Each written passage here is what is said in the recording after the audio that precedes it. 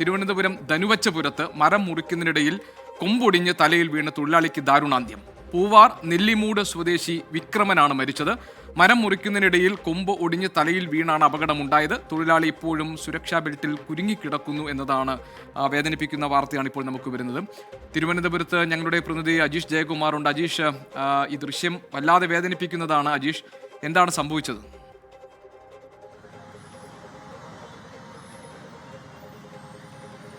ഗോപി, ഇന്ന് വൈകിട്ടാണ് തിരുവനന്തപുരം നെയ്യാറ്റിൻകര ധനുവച്ചപുരത്ത് ഈ സംഭവം നടക്കുന്നത്. അവിടുത്തെ ഒരു ആഞ്ഞിലി മരം മുറിക്കാനാണ് പൂവാർ നെല്ലിമൂട് സ്വദേശിയായ വിക്രമൻ കയറിയത്, മരത്തിന് മുകളിൽ കയറിയത്. മരം മുറിക്കുന്നതിനിടയിൽ ഈ തെന്നി വീഴുകയായിരുന്നു. സുരക്ഷാ ബെൽറ്റ് ഇട്ടിട്ടുണ്ടായിരുന്നതിനാൽ ഇതിൽ തൂങ്ങിക്കിടക്കുകയായിരുന്നു. ആ സമയത്താണ് ഈ മരത്തിന്റെ കൊമ്പ് ഒടിഞ്ഞ് വിക്രമന്റെ തലയിലൂടെ വീണത്. തൽക്ഷണം തന്നെ വിക്രമൻ മരിച്ചു. പക്ഷേ ഈ ബെൽറ്റിൽ തൂങ്ങിക്കിടക്കുന്നതിനാൽ മൃതദേഹം താഴെ എത്തിക്കാൻ സാധിച്ചിട്ടില്ല. തൊഴിലാളികൾ ഫയർഫോഴ്സിന്റെ സഹായം അഭ്യർത്ഥിച്ചിട്ടുണ്ട്. ഫയർഫോഴ്സ് ഇപ്പോൾ സ്ഥലത്തെത്തി ഈ വിക്രമനെ താഴെ ഇറക്കുന്നതിനുള്ള നടപടികൾ നടത്തിവരികയാണ്. എന്തായാലും ദാരുണമായ സംഭവം വൈകിട്ടാണ് നടന്നത്. ശരി, അജീഷ് ജയകുമാറാണ് തിരുവനന്തപുരത്ത് നിന്നും ഈ വേദനിപ്പിക്കുന്ന വിവരം പങ്കുവച്ചത്.